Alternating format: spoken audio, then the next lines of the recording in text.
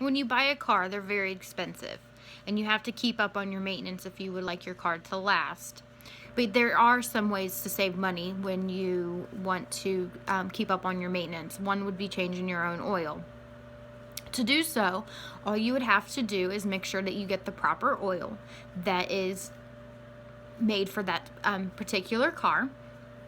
A lot of times you can find that either on the manual that it belongs to that automobile, or you can find it on top of the engine. There is a cap. You will also need to get a filter for that. To get a filter, you can contact like an AutoZone or the dealership, or there might be a number on the filter that you can read like after the fact, but before you would want to purchase one.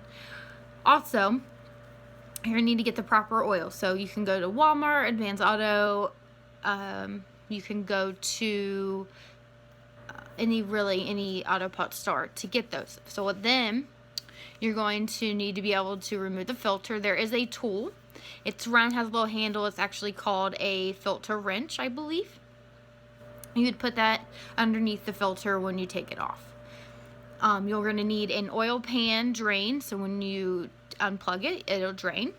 You're also going to need some rags and either a ramp to support the car for being lifted, or you're going to have to use a jack and then use the jack stands to keep the car up, so when you're underneath it doesn't fall down on you. So to get started, you're going to need all those items. So once you have them, set them aside. You're going to want to get underneath the car and undo the plug. Sometimes you're going to need a socket wrench to do that. So you would find the size that you need and undo the bolt on that, and then your plug is going to drain into your pan, so you're going to need that close by. So you can slide it underneath there. It'll drain, and once it stops draining, or a lot, it starts dribbling down, you can plug in the vehicle. You will never obviously get all the old oil out of the car. It actually stays in there to lube all the workings of the motor and the engine. So once it stops draining, you're going to plug it in. Then you're going to want to take the filter off. Like I said, you will use a filter wrench. It is round. You would put it on the filter and kind of use it like a wrench style and get it off. Put that in with the drain, because it will obviously have oil in it and drain.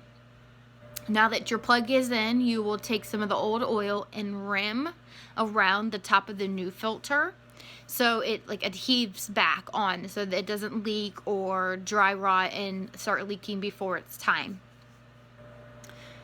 So you're going to do that. Then you're going to put the new foil on top, use the wrench, and tighten it back up. Once all those two are done and you're secure and everything, you are ready to put in your new oil. Make sure you get the right amount of quarts, which is very important. Some cars take 5 quarts, or some take 6, so make sure you have the exact amount. You will take a funnel, put it in the top of the engine where there is a cap. It'll actually say engine and whatever oil number that you need. Make sure that you use the proper oil. Like if you start with synthetic, make sure you keep a synthetic, or low miles or high miles. It's whatever one you prefer.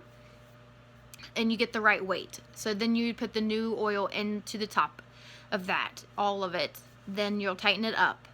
Then I would go and run the car, get a rag and pull out the dipstick, clean off the rag the first time, because it's going to have the old oil on there.